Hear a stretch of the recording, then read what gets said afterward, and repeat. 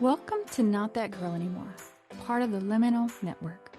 I'm your host, Dawn Bouillon. This is more than a podcast. It's a sisterhood. We're reclaiming our voices, our worth, and our lives. One story, one truth, one brave step at a time.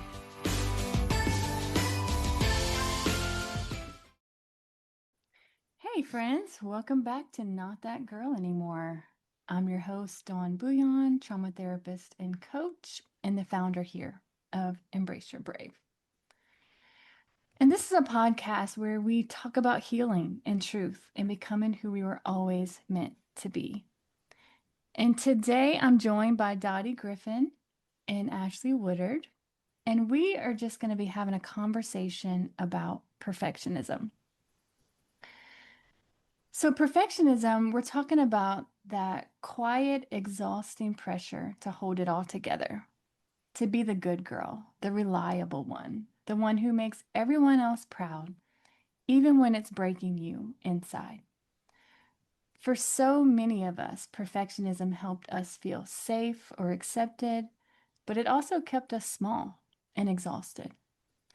So today we're unpacking where that comes from, how it shows up in our lives, and what it looks like to start trading some peace for perfection, or trade perfection for peace, is how I should say that, and pressure for grace.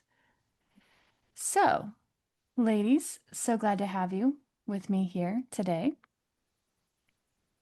So, when you think of perfectionism, for me, even right now, just saying the word out loud, I feel like this tightness in my chest. I'm feeling that about this podcast right now. Like, don't mess this up, you know? um, and that's definitely been a part of my story and it helped me survive for a long time. But it's also kept me afraid and it's kept me from being me. So, what do you guys think of when you hear the word perfectionism? What kind of comes up for you? For me, perfectionism would be the feeling like you can't make mistakes.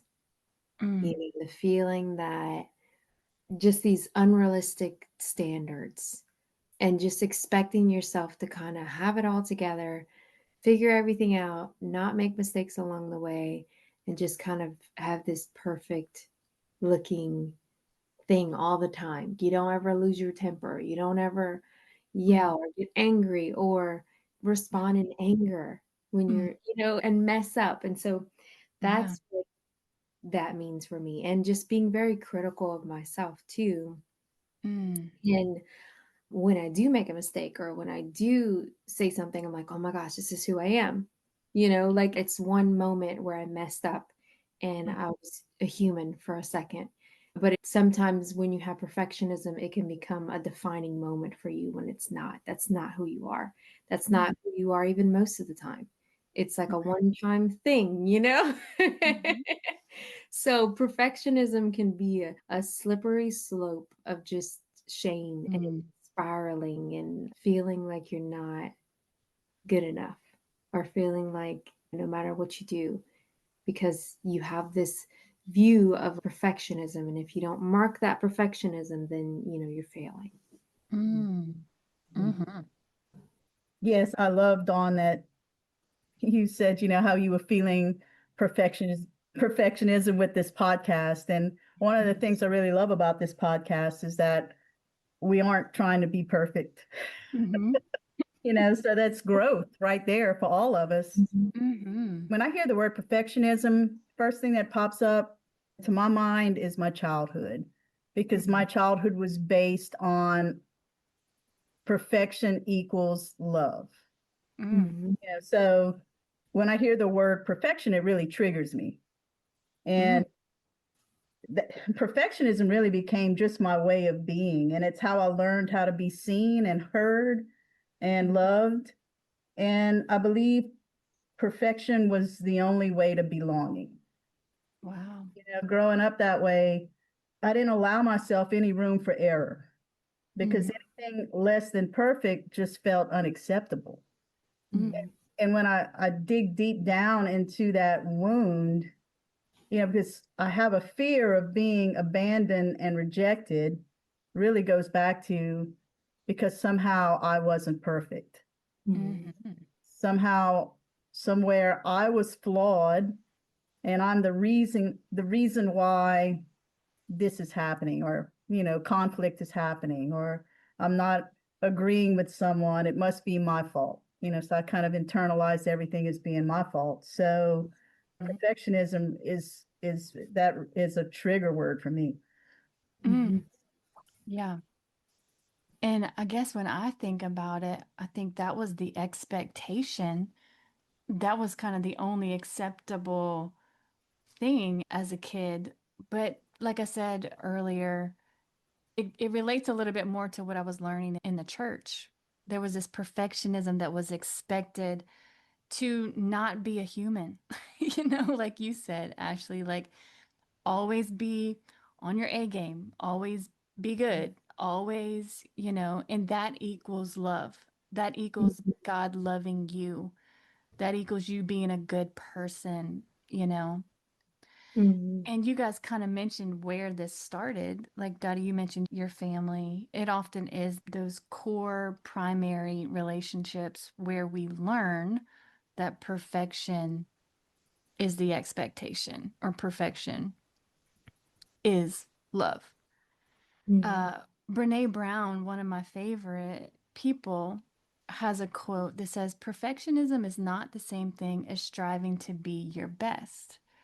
Perfectionism is the belief that if we live perfect, look perfect, and act perfect, we can minimize or avoid the pain of blame, judgment, and shame." That's Mhm. deep. Mhm. Yeah. Deep. Let Mhm. me let me actually say that again because I think that we want to grasp this. Um, Perfectionism is the belief that if we live perfect, look perfect, and act perfect, we can minimize or avoid the pain of blame, judgment, and shame. Mhm. And so that's exactly what it is. It's armor. It's something to protect us from pain, but it Mhm. also keeps us from peace. So perfectionism usually hides something deeper, right? And Dottie, you kind of mentioned this, but what fear or need do you think sits underneath that perfectionism for you? Well, when you were describing the quote from Brene Brown, what was really coming up in me was Mm, perfectionism really wasn't my thing. It was my mom's thing. mm, It was my mom's way of masking her fear of whatever it was. And that was kind of conditioned and put upon us. mm-hmm, She had such a need to look perfect and for the family to look perfect. So she had us on this pedestal, that was really not attainable. mm-hmm, But because she was my parent and told me it was attainable, I kept trying to climb that ladder to get there. Mhm. And just hearing that, perfectionism really wasn't my thing, but because I grew up under it, it just kind of became part of who I was. mm-hmm, And so beneath perfectionism for me is really fear of failure. mm-hmm, Because failure meant that you were flawed, and failure meant that you weren't enough. mm-hmm, Failure meant that you were going to be left abandoned and rejected. mm, mm-hmm, The beneath perfectionism for me was fear. right. Mhm. And I feared that my authentic self was somehow flawed, that I Mm, wasn't smart enough, I wasn't pretty enough, I wasn't talented enough. mm, So it was definitely fear that I wasn't enough. Mhm. Yeah, and I can definitely relate to a lot of what you said too, Dottie, and feeling like perfectionism was something that was handed to you by your family. I feel like in my family, we also weren't allowed to make mistakes. And, we were punished really harshly, even for making mistakes. Mm. Mistakes were just seen as something that was unforgivable. It's something that you were going to be punished for, and it didn't matter if it was a mistake. It didn't matter if you didn't mean to do it. You were still getting harsh punishment for it, as if you did it on purpose. Mm. And so I think growing up in that family system and growing up kind of feeling like you have to perform, and like I've said before, just feeling like we had to put on this show and we had to have this idea of perfectionism in our family. And Mhm. so for me, I think below that was, and I think even in my family, was they were trying, perfectionism is essentially a false sense of control. Mm. When you think about it, it's like you're trying to control, and you're Yeah. trying to have a control of other people's perceptions of you. You're trying to control, whatever it is. And at the end of the day, if you really think about it, there we have no control. Control is just an illusion. Mm. And so when we Yeah. really think about it and we're like, okay, so I actually can't control how people perceive me. Mm. People's perceptions are usually have a lot more to do with them than they have to do with me. Mhm. If somebody has a perception of me that's incorrect, it's probably a projection or something that's going on in their life, and it has nothing to do with me. And Mm. so, yeah, just perfectionism, I think, in its deepest form, has a lot of shame and a lot of that fear of rejection, that fear of if I mess up, then people will think I'm not good enough. Mhm. And that's something that I daily struggle with. Like, I have to daily remind myself when I mess up, or, if I forget to go get my kids from school, or if I yell at my husband, or get really angry over something. I have to remind myself that I'm a human Mhm. and that I'm going to make mistakes. And that just because I made the mistake doesn't mean that that's who I am. Right. Right. I love that you said that it was an illusion.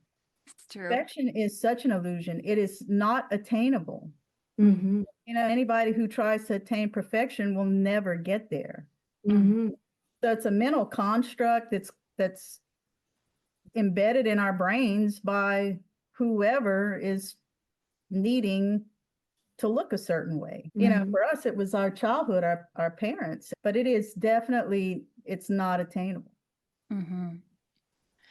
And I can see how I was just thinking about what this looked like for me, especially in my marriage. You know, in my mind, somehow I got the notion that if I just did it perfect, like if I was a good wife, if I looked a certain way, if I acted a certain way, then I could get you to love me back. And so the expectation was perfection for me because I thought that was how you get love. And it's also how you don't get rejected. And so it's like this survival tactic in order to try not to get abandoned, Mm-hmm. try not to get rejected, the fear of not being enough, the fear of not being accepted, the fear of rejection, like you guys said. And all three of our stories are embedded in trying to be perfect for people who showed narcissistic tendencies. Mm. Trying to be perfect for my mom who was trying to control everything. Mm-hmm. That perfectionism, it was fluid. It changed. It was Mm-hmm. it was a game you can't win at that game. Right. We Goalpost keeps moving. yeah, Mm-hmm. yeah, the ball keeps moving, and the more you strive to earn the love that you want from this person by being perfect, and then they move the ball, you Mm-hmm. never get there.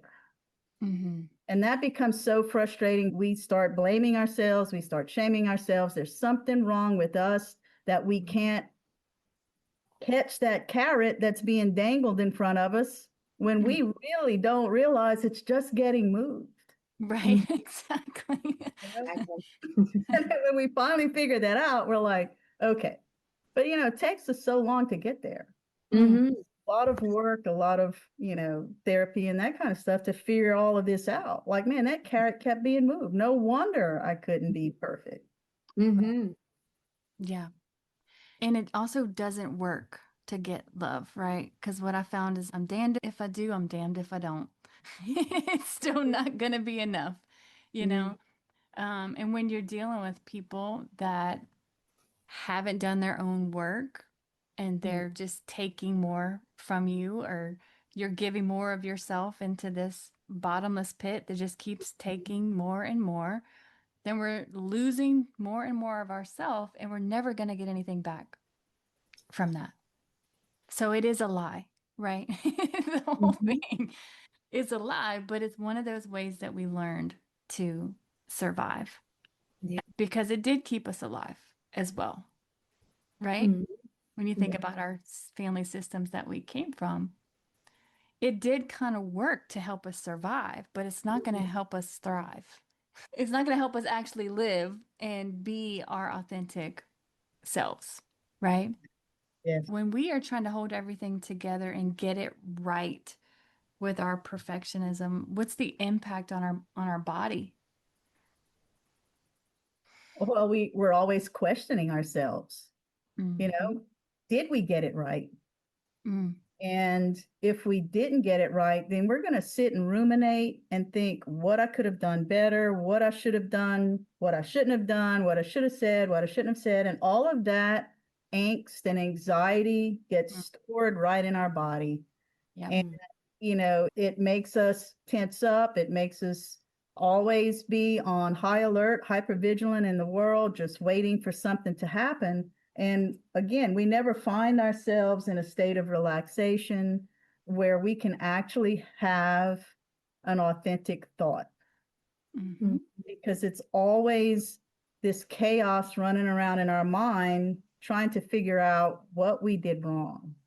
Mm-hmm. mhm. Because it's always us. We always blame ourselves. We must have done something wrong. And when we can release ourselves from that responsibility of Mhm. managing other people's feelings and, managing their lives, really, when we can release all of that, take some time out for ourselves to sit, breathe deeply, to meditate, to just listen to our inner selves, listen to our own intuition, get in touch with our gut and what it's telling us. That's when we can move forward in our most authentic way. Mm-hmm. Mm, And I can feel it in my chest. I can feel it like that tightening in my chest and my breathing and my shoulders and everything else. And so it's just another way how everything is so connected. And we don't realize it until we start paying attention to it. mm, Try to start breathing or try to start releasing our jaw and lowering our shoulders. It's like, oh, okay. Even I'm just doing that right now and I can feel like, oh, there it was again. Just was mhm, holding that tension. And we don't even realize that mhm, that's We don't happened. realize it. And unless we take the time to do the somatic practices, we can mhm, know them all we want. And if we go and we do them once or twice, there will be some benefit, but it's like going to a gym and working out. If you mhm, only go once or twice, you get very little benefit. But if you continue to do it, then your body just automatically is retrained to be able to release some of this stuff before it gets embedded in our tissues. mhm, So we're more readily able to navigate whatever's being thrown at us. mhm, And we can just, okay, this is happening. Let me sit for a minute. Let me count to 10. Let me take some deep breaths, whatever it is. There's so many somatic practices that help and it calms that physiology. And when you really truly feel the calmness, that's where you start feeling your energy. That's where you start getting your energy. mhm, Energy begins to be restored when you start being able to release all of this stuff. But we don't. We just hold it all in until it's like a volcano and then it busts out. And Mm-hmm. now we have to go and punish ourselves because we got angry or we got mad or we yelled or whatever it is we did. But I mean, yeah, it's all connected. Yeah. And I can definitely attest to that too, Dottie. For me, when I started doing yoga or different things like that, different somatic practices, I couldn't like do the meditation part, or I couldn't even just do the yoga because my mind would just be like Mm. all over the place. And a part of that is probably ADHD, but another part of it was that Mm. anxiousness and that hypervigilance. And I can definitely attest to, as I've healed and as I've gone practicing that on a regular basis, I've seen a huge difference in my body and in my mind and in my everything. And just so you can breathe, you can take a deep breath, and it's different and it works. And we think it has to be a long time that we sit in meditation for, an hour or it really starting out Yes. with however long you can go. If Mm-hmm. that's 2 minutes, then go 2 minutes. Mm-hmm. And somatic work for you may not be sitting still. Somatic work may be doing yoga or some type of exercise. It might be going out into nature and enjoying a hike or a walk or, Mm-hmm. seeing the beach or the mountains, whatever it is you love to see. That's all somatic work. So, it's not just these few little things in this box. There's so many things to do that help us calm our physiology. Mm-hmm. It's learning what works for you and then continuing to practice that. Mm-hmm. Mm. So good. One of the things with perfectionism too is it can kind of be hard to spot because it can look like excellence, or it can look like a super responsible person, or it can look, very ambitious. So, what would you say? How can we tell the difference between excellence and perfectionism in your life? I think excellence allows room for mistakes. Hmm. And excellence allows time for us to learn and to grow. Right. That's how we become excellent at something. Hmm. It's by first being brave enough to do it, trying to do your best and learning from the mistake if one's made, or just learning how to get better. That's excellence. But perfectionism to me is there's no room for error. Hmm. And perfectionism is when you make a mistake, you must beat yourself up 1,000 times so that you remember not to make that mistake again. At Hmm. work, it's so funny. If I make a mistake, the reprimand that my managers give me nowhere compares to how much I beat myself up. Right. They can fuss me, but man, I'm going to go and fuss myself 10 times more Hmm. making that mistake. Yeah. Mm-hmm. That's where perfectionism comes in. I think for me, it's definitely the feeling like a lot of what Dottie said, Mhm. I resonate with too, because that feeling of like you can't make mistakes, Hmm. and if I'm making mistakes, it means the worst, instead of that, I'm just a human and I made mistake. Hmm. And sometimes I can compare myself to a person that's hurt me or a person that's done really evil or terrible things. And I might be like, oh, I made a mistake that's maybe similar to something that they did. Maybe something minor, obviously, nothing huge, but just a minor mistake. And then in my mind, I might tell myself, oh my gosh, now I'm like this person. Now that makes me like that person. And in reality, I'm not Yeah. at all like that person. And I didn't even come close to doing the things that that person did. But it's Hmm. that perfectionism that kind of keeps you in that loop of that fear Yeah. of, and really beneath that is just that fear of being like that person, fear of hurting people like that person hurt people. And Yeah. so for me, that perfectionism can show up in that way of, me making a small mistake and then me attributing, like me just in my mind, just blowing it up Right. and just thinking it's this big deal. And it's really just not. Hmm. Yeah, Yeah. that's good. Just like what you guys are saying, it's like how we handle the failures, how we handle with messing up, how we handle with our humanity, you know. Do we jump to that, you're the stupidest person on the planet and blah, blah, blah, blah, saying all those really mean things? Because I used to be that person that did those things. Or are we able to give ourselves grace? Are we able to even expect that we will fail and mess things up because that's part of being a human? And therefore, we have more space for that. I think that's definitely one of the ways we can tell a difference of, are we just pursuing excellence and becoming the best us that we can be, or are we operating from that perfectionism Yeah. place? Hmm. Yeah. Love that. So, why do you think it's so hard for a perfectionist to rest or to ask for help?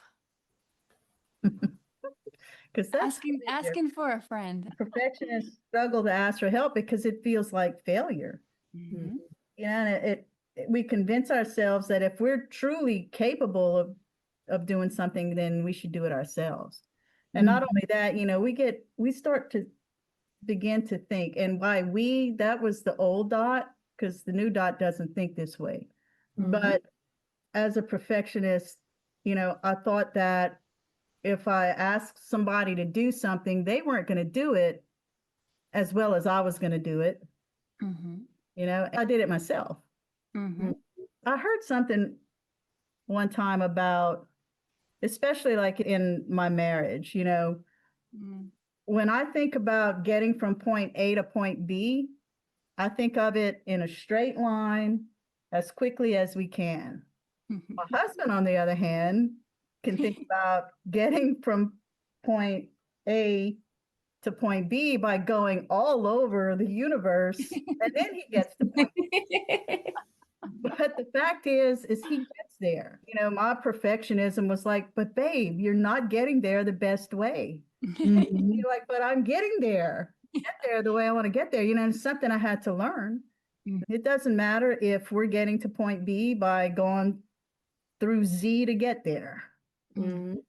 but we eventually do get. But that's another thing of perfectionism. We think we see the best way, and if it's not done that way, then we'll just do it ourselves. Yeah. That was a huge part of perfectionism for me too, that hyper independence and Hmm. just that feeling. I think for me, I would just feel like I would be a burden to someone else. Hmm. And there was also that fear that, like Dottie said, that they're not going to do it like me. They're not Hmm. going to do it the right way. And so I need to do it. And that's been a huge thing in my marriage, and just allowing my husband to do things, like allowing him to take over different things in the house, you Hmm. know, and then letting him do it his way. Cause I'm like, I don't care. If he does the laundry his way, he does the laundry his way. The laundry gets done. Right. And it's so hard because there's that part of me that's like, it's not done right, you know. But it's Right. like at the end of the day, it's like the clothes are clean, they're folded, and honestly, he does a better job than me. So I mean, but it's taken me a long time to get there and just to let go and be like, okay, I'm going to let you have this and I'm going to let you do it your way. And I'm not going to, you know, try to control the way you do it or make it perfect or make it the way that I want. I'm going to let you do it. And thankfully, he does it better than me. So I'm like, this was the good thing that I gave up. Yes. And I hate laundry. Oh man. When it's like receiving help or Mhm. asking for help, Yeah. part of the conditioning was probably that you shouldn't need help. You Mhm. should be able to do all of this on your own. You shouldn't need anything, when in actuality that's not human. Mhm. And we Yeah. need each other, and we're all better when we can receive help from one. Yeah. And I think as a mom, you kind of expected to do everything around the house. Mhm. And there's a part of me too that feels shame that I'm like, why am I not doing everything around the house? Because it's like, that's what I've been taught I'm supposed to do, and I'm not doing that. Like, I'm letting my partner help me. And it's just it's one of those roles that it's like it's not necessarily just because it's something that everybody's doing doesn't mean that it's healthy and doesn't mean that it's good. And it doesn't Mhm. mean that it's right. And that's something I'm learning in so many ways in my life, with marriage and how that's supposed to look and the roles that we're assigned as a husband and wife and all of those different things. And that's just another layer to it. Mhm. Yeah, Yeah. for sure. It's allowing our strengths to cover our partner's weaknesses and vice versa, letting their strengths cover ours. As perfectionists, we think we have to be strong at everything. Mhm. Mm. I know, like, you let your husband do laundry, mine cooks. He's a Mhm. better cook. And yeah, for a long time, I got flack about, oh, Dot doesn't know how to cook. Now I say, yeah, you're right, but my husband does, and he does a great job. And Mhm. he cooks for us, and he doesn't mind. But Mhm. he's terrible at doing the dishes. Mhm. And I'm a boss at dishes, so no. And I can slap that.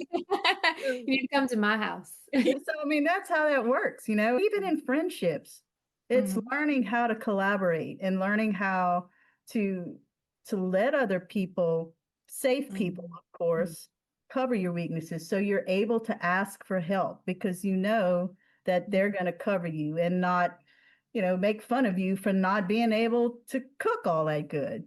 Yes. Mhm. I had to let that Yes. go because that was one of the things I got picked at about. Is that a word that everybody uses? Yeah. It is today. 'Cause Mhm. Dot It was. doesn't know how to cook, It's okay. I can cook well enough. Mhm. Mhm. He just Mhm. does better. Well, and I'm thinking about how you guys are really giving examples of how that impacts our relationships. Because if we are expecting ourselves to be perfect, then we're going to be expecting everyone else to Yes. to measure up to that same standard, which is an Yep. impossible standard. Mhm. And the balance that you guys are talking about is finding that space where both people can authentically be them and show up in the places where they feel like they can show up. Mhm. Um, and so yeah, it's kind of that grace piece, right? Perfectionism doesn't just disappear overnight. It softens through that grace and that compassion.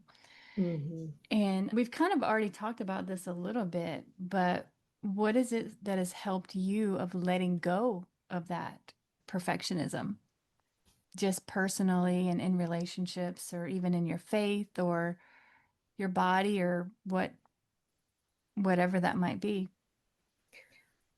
Well, I think for me, practically, is just kind of letting the safe people in my life know, that I'm struggling with X, Mm, Y, and Z.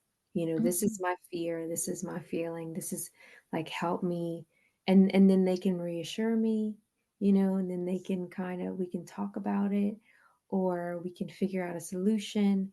And then just allow, also being in that space where you can make mistakes and that kind of reflects, I think, even into the unsafe spaces, where mm, you kind of know your people and your safe people, and you're like, I'm safe to make mistakes with these people.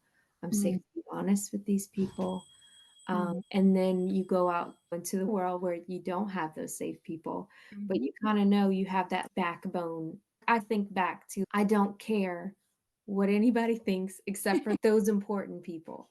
Those are the people that I care what they think. Those are the people that I respect. They respect me. mhm, There's that mutual love, autonomy, all those good things. And so I right, kind of reflect back to that even in those moments where I'm around people who might be judgmental or people who might not allow flaws or whatever.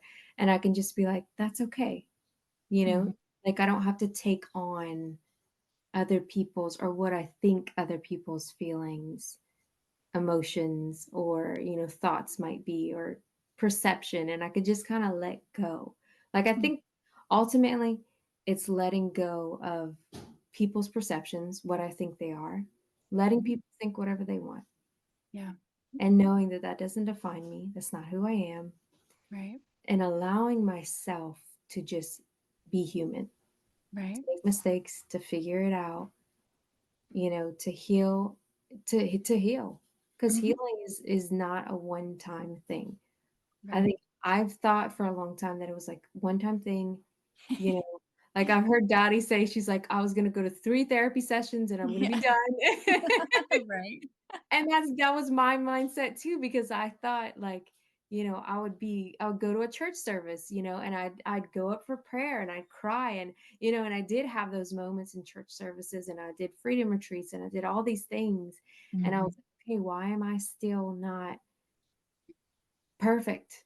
Why do I still feel feelings? Why do I still make mistakes? Why do I still struggle? And Hmm. I realized it's because I'm human. So I think a big part of letting go of perfectionism has been allowing myself to be human. Yeah, that's so funny that you mentioned my 3 therapy sessions. Because when I first went to therapy, I was really in my perfectionist mode. She was so good at seeing right through that. She blew the lid off of all of that, but just going through the healing process and being able to let go of that perfectionism, I had to come to the end of myself. Like, you don't have it all figured out.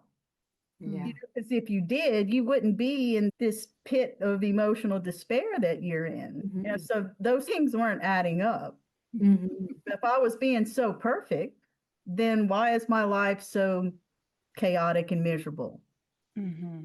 So it was really just letting go of having that control, which I saw my mom do so much in childhood, and learning the language to be able to ask for what I wanted. That just really helped my marriage so much because now I'm not expecting my husband to read my mind. Right. Hmm. Like, why can't you read my mind? We've been married for 40 years and you still can't read my mind? So now, now I have the words to tell him what I need, what I'm thinking, why I'm thinking it, why I'm feeling that way. And Hmm. guess what? He understands. And he goes, oh, okay, I can help with that. Hmm. Yeah. And then together, there's nobody trying to be perfect or be in charge or in control. Together, we can figure this out. Hmm. So when you let go of that perfection and all of those conditionings and prejudices that you grow up with and really start collaborating and working with people. I love, Ashley, when you talk about finding your people. We talk about that a lot on Hmm. this podcast because it's so important to Hmm. find those people because Hmm. you don't have to be, they applaud you not being perfect. Right. They applaud your uniqueness. Hmm. People are so scared of what they don't know. Mhm. Hmm. So in those groups where you feel safe, your uniqueness is applauded. It's not feared. Hmm. And I think what keeps coming up for me is, as you guys are talking, is a big shift happened for me too when I realized that that wasn't God's expectation of me either, Hmm. right? That He's just love and He just loves me, not for what I can do. Because I was that Christian that tried to be perfect. I was, if Hmm. you tell me this is what it looks like to love God, I'm going to do it like 10 times harder. You know, if you tell me I gotta do my quiet time every day and read scriptures for this certain amount of time and pray for this certain amount of time, if you Hmm. say it's an hour, I'm gonna be there for two, three. And so it took a huge weight off of me when I realized that was never the expectation from him either. Unlearning all the things that I had learned through therapy and all of that also, it was this permission to be a human and that we actually celebrate that. That was so deeply embedded in me, thinking that that was the right way, that I had to free myself of this right way thing. That if Yeah. you attain this right way, then you'll be loved and accepted and acceptable and all of that. And so it was just kind of that stripping away of like, oh, okay, I just get to be me, and I get to be human. And Hmm. it does make a huge difference when you have people in your life that celebrate that part of you, Hmm. or that celebrate, that create that safety and invite you to really be authentically you with Mhm. that means all of you, Mhm. even when you mess shit up sometimes, and Mhm. it's like, it's something to be fully yourself and to still be loved Mhm. and to be loved by people in that way. So I think that was a huge thing for me as well. And then the other thing is that self-compassion piece. How has that kind of helped you guys, like learning to have compassion for yourself? Mm. That definitely was the pathway to my healing is self-compassion. Is learning to love myself, is finding who Dot really is authentically. Mm-hmm. And I began to have grace when I made a mistake, because I let go of that perfectionism and okay, what can I learn from this now? Mm-hmm. And, I can talk to myself now with gentleness instead of judgment. Mhm. And I think healing really begins the moment you choose that mercy over self-criticism. Mm. Mm-hmm. So it's Yeah. definitely a journey and it's work. It takes a lot of work and you got to do a lot of brave things, but it's all so worth it. Mm-hmm. Mhm. Yeah, I definitely, yeah, it's a huge journey. It's a consistent, just like the somatic work, it's a consistent reminder that I have to continue to remind myself to be compassionate towards myself. Yeah. And I have to remind myself to give that same compassion that I give to others back to me. Right. And I mean, self-compassion has been huge in breaking the perfectionism and Mm-hmm. breaking the criticism and all of those things because it's just allowing myself to make mistakes Mm-hmm. and not let those mistakes become defining moments for me. Yeah. It's allowing myself to show up really real sometimes and know that, and having those safe people around you is so important because they're not going to weaponize it against you. They're not Mm-hmm. they're not going to take that moment of weakness that you showed and say, "Oh, that's who she really is." They're going to be like, "Ashley made a mistake. She had a moment." Mm-hmm. It's that self-compassion aspect of it and learning that there are safe people around you that are going to also show you that and mirror back that compassion. Because I think if you don't have safe people around you, it's really, really hard to be self-compassionate. Mm-hmm. It's going to make it really difficult. It's going to continue that cycle of just being critical of yourself and being hard on yourself. But when you surround yourself with people that are also compassionate and who are going to show you compassion and remind you to be compassionate towards yourself, it Mm-hmm. it keeps you going in the right direction. I had something happen just recently where I call it a mom fail with one of my kids. And I still think it was a mom fail. I had some financial anxiety and I brought that up to her for a field trip or something that she had and kind of put that anxiety on her. And she stopped asking me about it. And then the field trip came and she didn't get to go. And I was just crushed. I was just like, oh my gosh, I cannot believe I did this to her. That was a moment that I could have beaten the shit out of myself and probably would have in the past. But I was able to give myself some compassion and I was able to tell my friends about it and get some comfort and reassurance. And also, it was a moment of giving myself permission to be human, Mm-hmm. you know? And it was also a moment I could take to repair that with her because she was very gracious with me. She was very understanding. But, as a mom, I don't want my kids to feel that responsibility, or that financial anxiety or whatever that was. But I was able to love myself out of that, into an okay place where I think both of us end up benefiting from it. Mm-hmm. Um, And that's the bigger picture. mm, The bigger picture is she didn't get to go on the field trip, mm, but she now had that interaction with you where she can trust that you're going to admit when you've Mhm. done something that might have been harmful or Yeah. Mhm. might have not been something you wanted to teach her. So now she knows, hey, my mom could admit that, you know. What a trust. That just builds so much trust between parents and Yeah. children. And I think it says a lot about you too, Dawn, that you're able to go back and repair and say, "Hey, I'm so sorry. I realized that I put this on you or I made you feel a certain way." And Mm-hmm. that says so much about your character and who you are as a mom. And I Mm-hmm. feel like that's the thing that people don't realize too is when we make mistakes, they say there's more power in the repair than anything. Like Yeah. the Yeah. repair is the most powerful part of any Mhm. conflict. And so it's like if you can get to the repair, because some people can't even get to the repair. Yeah.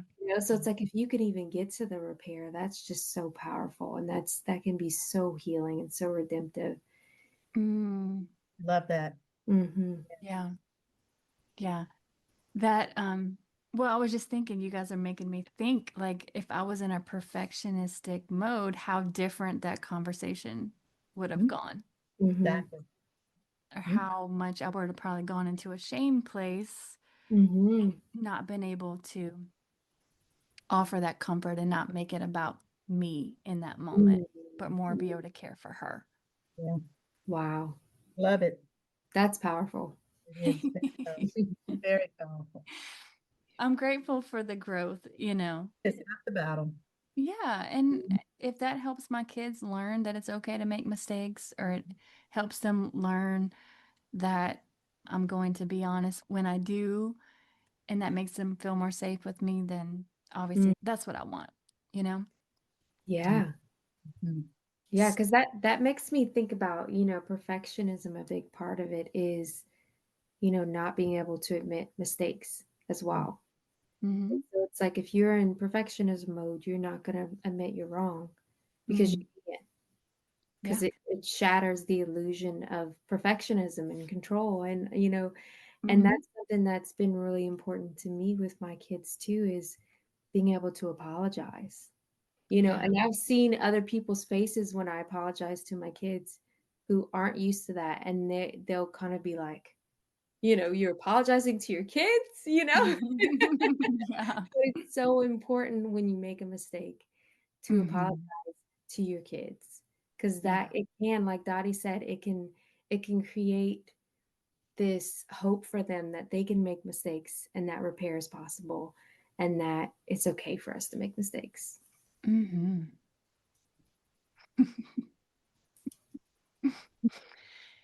So, Daddy, I see that smile on your face. So good. It really is. You know, it brings me so much joy Mm, to hear that, you know, this is what's happening in some family units. mm, That's what I wanted so bad as a child, mm, and just to be seen and loved. But mm. I can now do that with my own child, and I Mm. love seeing it in your families. Aw, that's really sweet, Daddy. Hmm. So, we have talked about self-compassion. We've talked about giving ourselves permission to be human, and then how we practice grace when we do fall short or when we do make mistakes. Do y'all want to say anything else about that, or you feel like you shared what you wanted to share? Practicing grace instead of shame when we make a mistake. Yeah. I went first. I shared an example. So, Hmm. how are Yeah. we doing with that, ladies?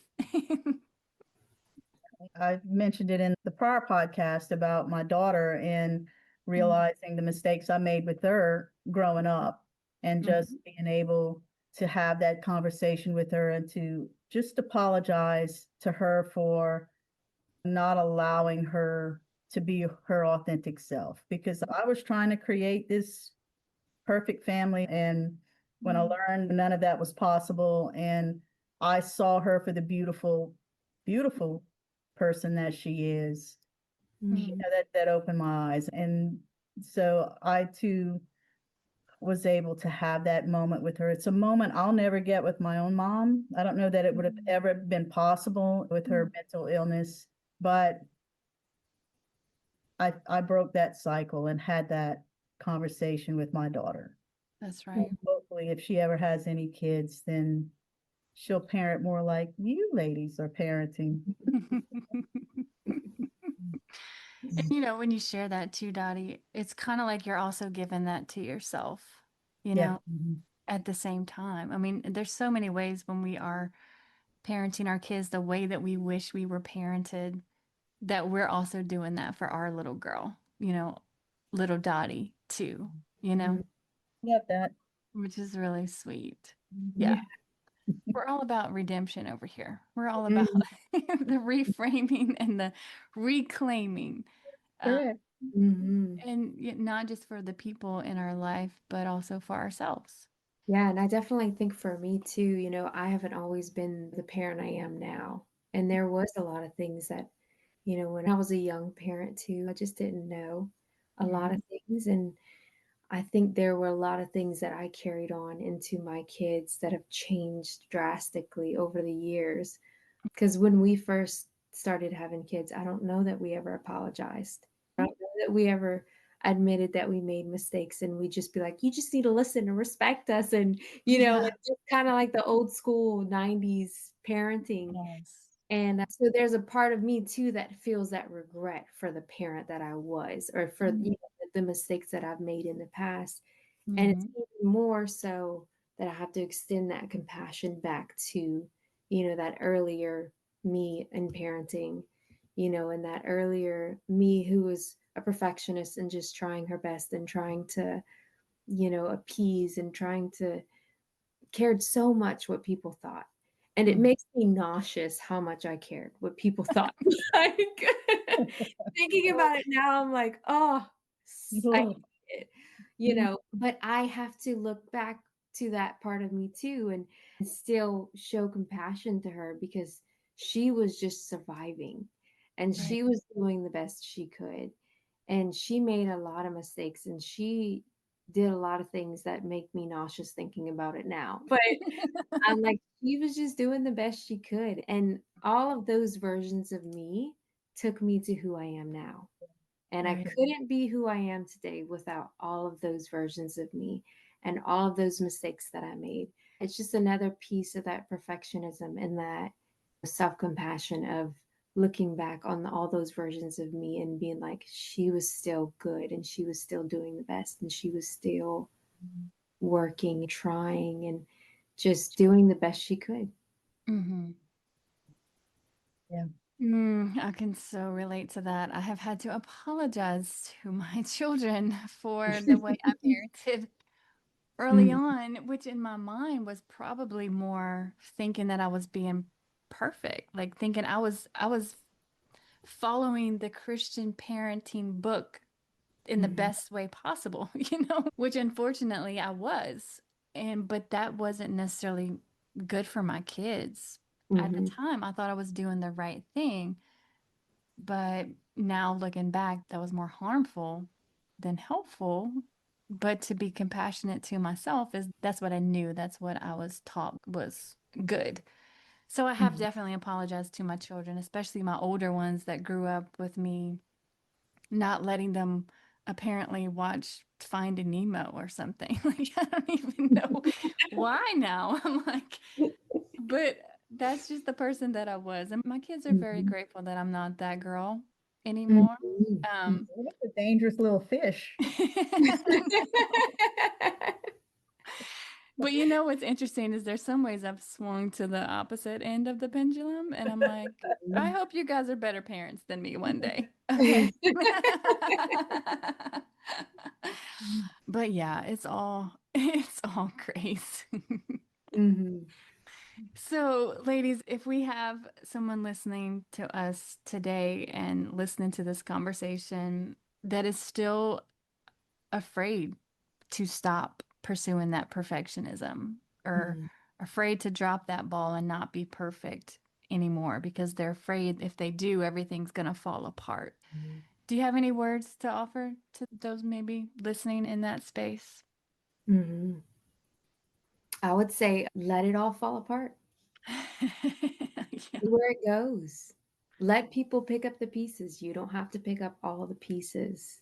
Mm-hmm. If you let it go, somebody's going to help you. Somebody's going to step in and you're going to find out who those people are. Mm-hmm. And that kept me, that fear kept me in that hypervigilance, that hyper, everything, hyper independence, all of that for so long. Mm-hmm. And I realized that as I'm letting go, that it's okay. That the world didn't blow up like I thought it would, you know? Like, when Yes. I let go of the idea of what I thought, like people's perception, just trying to control that, trying to control my kids or the people around me. Once I let it all go, I Mm-hmm. realized that I really didn't have any control to begin with. Mm-hmm. And nothing fell apart.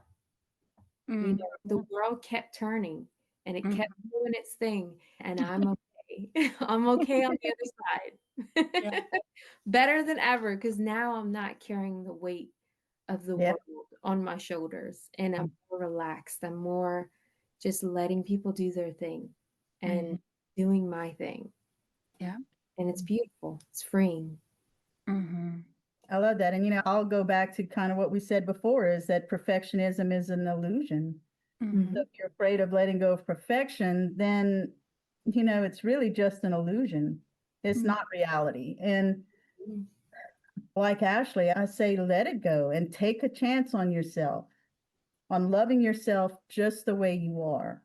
Mhm. And as you begin to peel all those layers of performance back, Mm-hmm. start peeling them back, I think Mhm. you're going to discover a gem, Mm-hmm. and you're going to discover the gift of being unapologetically you. And you're going to know that perfection is really not needed to feel love, and you're going to find peace in your mind and freedom in your soul. Mhm. Oh, Let's go. let's go. I was afraid of that too. And it kept me in bondage for so long. And honestly, when I let things go, things did fall apart. And some of my greatest fears did come true. But Mhm. on the other side of that, I found me. I found my authentic self that can actually have a voice and matter. And you can't put a price tag on the peace that I feel now, on being able to live authentically connected to myself without shutting parts of myself down and without trying to fit into some mold that everyone else wants me to fit into. Mhm. I know it's scary. I totally understand that aspect of it. And I'll say it is worth it. It is worth it to no longer be abandoning yourself and to actually be living your life for you and connected to you. That's truly living. I think what the three of us are describing and trying to keep putting words to is that real, true, authentic living that's connected, that celebrates our humanity, that celebrates our differences. It Mhm. celebrates our stories. It celebrates our voices. It truly works to lift each other up. And what I believe is when we do that, we're better and stronger together. We're Mhm. better, we're stronger individually as who we are uniquely, but we're also stronger together, being held up and celebrated by one another. So I just say it's so worth it. Like it really is. If you guys listening have resonated with what we've talked about today, and if perfectionism has been your way of staying safe, I want you to know that you can rest now. We are, here to show you that that is possible. You don't have to earn your worth or hold it all together. You are enough right here as you are. So, ladies, just one more opportunity. What truth do you want to leave with our listeners about their worth or their enoughness or whatever you want to leave them before we close out today? I would say give yourself permission to be human. Mm-hmm. Give yourself permission to make mistakes. Yeah. Give yourself permission to show up authentically. Mm-hmm. Just let yourself be human. That Mm-hmm. it's okay, that it's safe. And if you can create that safe space in yourself where you allow yourself to be human and you Mm-hmm. have that self compassion, you're basically going to be unstoppable. That's right. Yeah, find the people who love you for who you are. Hmm. Build your life around that kind of community. Hmm. And, it may take some time and it might push you out of your comfort zone. But when you find those people, that's when you discover that, like I said, perfection's no longer needed to feel loved. Hmm. Yeah. Love that. Beautiful, beautiful words. And I'll just say you're worth it. Like I usually say, you're worth it. You're worth whatever it takes for you to be able to experience that. Hmm. Because you were never meant to be perfect. You were meant to be whole. You matter. Your story matters. And the world needs you. Not the polished version, but the real one. Hmm. And you're not that girl anymore. At Embrace Your Brave, our passion is to create safe, healing communities where women can be seen, known, loved, and begin to heal and thrive. Because healing isn't meant to happen alone. We heal best in community, surrounded by women who remind us who we are. We have 2 upcoming opportunities for you to join us. Reclaiming Faith meets on Tuesdays. It's a gentle, grounded space for women healing from religious trauma and spiritual abuse, learning to trust their voice and rebuild faith that feels free and authentic. And Reclaiming You meets on Wednesdays. It's a restorative, empowering group of survivors of narcissistic and emotional abuse who are ready to reclaim their truth, their voice, and their life. Both groups continue beyond the sessions with a private online community, a place to stay connected, supported, and growing together. These aren't just groups, they're sacred spaces where shame loses its grip and truth sets you free. Learn more or register and join us at embraceyourbrave.org because your story matters, your healing matters, and you matter. Hey, friend, just a quick note. I am a licensed therapist, but this podcast isn't therapy. It's not meant to diagnose or treat anything. It's here to offer you support, encouragement, and real conversation. If you're struggling, please reach out to a trusted professional. You are not alone, and you are so worthy of healing. Even if your voice shakes, keep using it. Your healing matters. If you're ready to go deeper, you can book a session by clicking the link in the show notes or visiting our website, embraceyourbrave.org, to learn more about our therapy and trauma-informed coaching options. Let's explore how we can walk this journey together. You are not alone. Embrace your brave, sis. You're not that girl anymore.